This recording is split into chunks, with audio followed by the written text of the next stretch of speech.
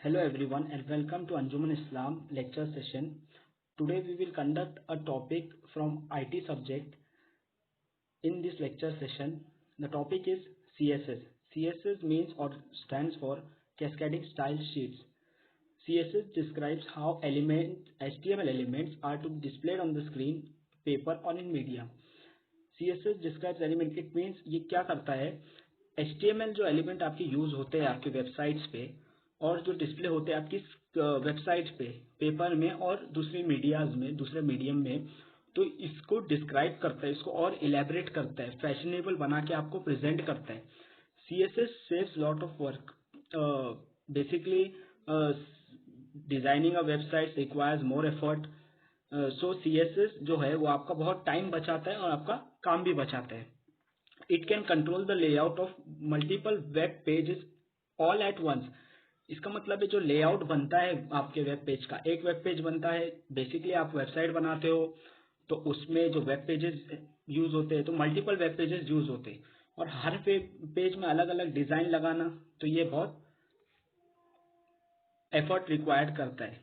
But control करना all at once तो ये अच्छा काम हो जाता है. तो CSS ये एक फंक्शन देता है. CSS allows you to control the look and the feel of several pages by changing a single source. अभी जैसा मैंने बताया, लेआउट, सब लेआउट को, जितने भी लेआउट्स लगे हैं आपके वेब पेजेस पे इन अ वेबसाइट, तो उसको कंट्रोल करता है वो ऑल एट वंस. तो इसमें अगर आप एक सिंगल सोर्स चेंज करते हो, मतलब आपका एक लाइन है, उसको आप रेड कलर देते हो, जो फॉन्ट कलर रेड देते हो, तो वो अगर मैं रेड से ब्लू करूं तो जितने भी जगह वो लाइन यूज हुई आपके वेब पेजेस में इन वेबसाइट, तो वो सब एक सिंगल सोर्स से चेंज हो गए. नेक्स्ट है CSS सिंटैक्स. CSS सिंटैक्स क्या है? CSS syntax rule contains a selector and a declaration block. इसमें दो पार्ट है, एक सेलेक्टर है और एक डिक्लेरेशन ब्लॉक है. अब सेलेक्टर क्या है, डिक्लेरेशन क्या है, वो हम देखते हैं. अभी ये डायग्राम में आप देखोगे तो H1 टैग है तो वो सिलेक्टर है और डिक्लेरेशन ब्लॉक है तो उसमें आपका जो भी एलिमेंट आपको डिक्लेयर करना है वो है. उसमें प्रॉपर्टी और वैल्यू है.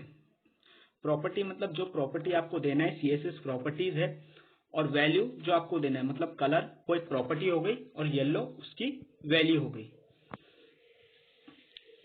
Selector and declaration.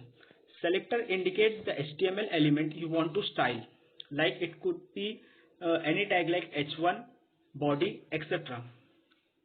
सेलेक्टर मतलब जो आपका टैग आप यूज करोगे, जो टैग में CSS लगेगा, तो वो टैग सेलेक्टर बनता है. तो उसमें आपका कोई भी टैग रह सकता है, वो H1 या बॉडी एक्सेट्रा. अब डिक्लेरेशन ब्लॉक में क्या आता है? The declaration block can contain one or more declaration separated by a semicolon. Declaration means उसमें प्रॉपर्टीज आती है और वैल्यूज आती है, जैसा ये डायग्राम में एक्सप्लेन हुआ है. ये डायग्राम में तो ये डिक्लेरेशन ब्लॉक में एक प्रॉपर्टी एक वैल्यू आती है. प्रॉपर्टी जो होता है वो आपका कोई भी CSS प्रॉपर्टी होती है और वैल्यू होता है वो उसकी वैल्यू होती है. जैसा मैंने एग्जांपल्स के साथ बताया था आपको, जो प्रॉपर्टी है वो कलर है और जो वैल्यू है वो येलो है. Each declaration contains a property name value separated by colon. एक कॉलन से सेपरेट होते हो. जैसा एक सेलेक्टर यूज किए H1, उसमें आप मल्टीपल प्रॉपर्टीज एक टाइम पे यूज कर सकते हो.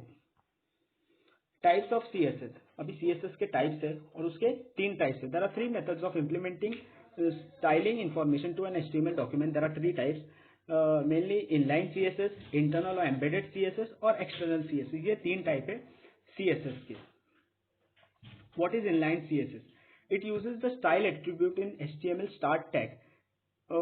इसमें जो inline CSS है, inline, the name itself depict that the CSS or the styling is used inside the line, which is called inline CSS. It uses the style attribute. Attribute use हुआ है, tag use होता है, tag में attribute use होता है HTML में. तो इसमें स्टाइल एट्रीब्यूट यूज हुआ है आपके HTML स्टार्ट टैग में, जो भी आप टैग लेगो. Inline CSS is use to apply CSS on a single line और एलिमेंट. एक सिंगल लाइन पे या एलिमेंट पे. अभी नीचे से एग्जांपल देखोगे, P style is equal to colour red, tourist places, paragraph closed. अभी इसमें एक लाइन यूज हुआ, पैराग्राफ टैग यूज हुआ, उसमें स्टाइल है, उसका कलर रेड है। और जो डिस्प्ले करना है हमको टेक्स्ट, वो टूरिस्ट प्लेसेस है और पैराग्राफ क्लोज है। अब इसका आउटपुट देखोगे आप तो ये टूरिस्ट प्लेसेस ऐसा आया रेड में आया टूरिस्ट प्लेसेस। तो ये पी स्टाइल कलर रेड, आपने सिर्फ इसमें कलर रेड दिए हो और टूरिस्ट प्लेसेस है, तो इसका आउटपुट ये। तो इनलाइन सीएसएस मतलब लाइन के अंदर जो सीएसएस लगता है उसको बोलते हैं इनलाइन सीएसएस। नेक्स्ट है इंटरनल और एम्बेडेड सीएसएस। इंटरनल और embedded CSS, it is used to apply on a single document और अ पेज। ये पूरे डॉक्यूमेंट पे या पेज पे लगा सकते हो आप। It can affect all the elements of the page. It is written inside the style tag. अभी इसमें इंटरनल सीएसएस में और इनलाइन सीएसएस में डिफरेंस देखो। इनलाइन सीएसएस में हमने क्या यूज किए थे, एक सिंगल लाइन में था हमारा, बट इसमें एक अलग स्टाइल टैग यूज हुआ है। अब अगर आप इधर देखोगे तो ये स्टाइल टैग यूज हुआ है इधर।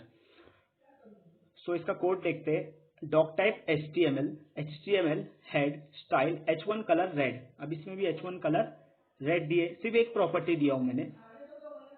Style close head body H1 tag, the internal style sheet is applied on the heading H1 close paragraph, this paragraph is not affected, body close HTML close. इसका आउटपुट देखो इधर। The internal style sheet is applied on the heading. Heading में जो internal style sheet थी वो colour था, उसकी property red था, वो दिए, वो अप्लाई हो गया इधर। अब नीचे का paragraph will not be affected, ये रेड में नहीं आया। क्यों रेड में नहीं आया? क्योंकि जो पैराग्राफ टैग है वो कहीं इधर डिफाइन नहीं हुआ है। सेलेक्टर एज अ सेलेक्टर कहीं डिफाइन नहीं हुआ है स्टाइल टैग में, सिर्फ H1 डिफाइन हुआ है, डिक्लेयर हुआ है। तो ये इंटरनल और एम्बेडेड सीएसएस। अब इसका थर्ड टाइप है external CSS. The external style sheets is generally used when you want to make changes on multiple pages. अगर आपको multiple pages पे आपको changes करना है। अभी जो पहला आपने इंटरनल इनलाइन CSS देखे उसमें एक लाइन में होता है, इंटरनल CSS देखे उसमें एक सिंगल पेज या डॉक्यूमेंट पे होता है। अब इसमें क्या होता है, मल्टीपल पेजेस जो आप यूज करते हो, इसमें आपको CSS लगाना है तो इसके लिए ये यूज कर सकते हो। It facilitates to change the look of the entire website by changing just one file. एक फाइल रहती है, CSS की फाइल बनती है और उसको आप चेंज करोगे तो एंटायर वेबसाइट आपकी चेंज हो जाती है। It uses link tag on every web page and the link tag should be put inside the head section. Link tag use होगा इसमें क्योंकि उसने डेफिनेशन में बताया एक अलग फाइल बनेगी उसकी।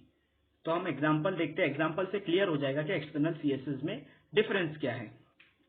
For example doc type HTML head link REL style sheets type text और CSS H reference style dot CSS head close. तो इसमें लिंक जो है स्टाइल शीट्स दिया है उसका रिलेशन और टाइप CSS और उसने जो रेफरेंस दिया है कहां से लिंक होगा स्टाइल डॉट CSS है। उसमें head close body close H1 पे क्या लगाना है, दिस इज अ हेडिंग और बॉडी क्लोज HTML क्लोज। अभी स्टाइल डॉट CSS एक अभी जो नेक्स्ट आपका आएगा वो स्टाइल डॉट CSS है। उसमें आपको किसमें CSS लगवाना है, H1 टैग में। तो उसमें colour navy, margin left 20 pixels ये दिए। तो अभी ये आपकी दो फाइल बन गई, एक फाइल आपका HTML डॉक्यूमेंट ये जो ऊपर का बना और स्टाइल डॉट CSS ये आपकी दूसरी फाइल बनी। तो ये इसका आउटपुट दो फाइल बनी और इसका यहाँ एक लिंक दिए, ये लिंक टैग में लिंक दिए स्टाइल डॉट CSS। तो इसको CSS अप्लाई करना है तो स्टाइल डॉट CSS की लिंक से ये इसको एक्सेस करेगा स्टाइल डॉट CSS को और उसमें H1 में जो CSS लगवाना है और उसको जो सेलेक्टर प्रॉपर्टी यूज करना है तो वो प्रॉपर्टी यूज करेगा, that is colour navy margin left 20 pixels. तो इधर देखो आउटपुट है एक्सटर्नल डॉट HTML जो फाइल थी उसमें दिस इज अ हेडिंग, इसमें कलर नेवी यूज हुआ है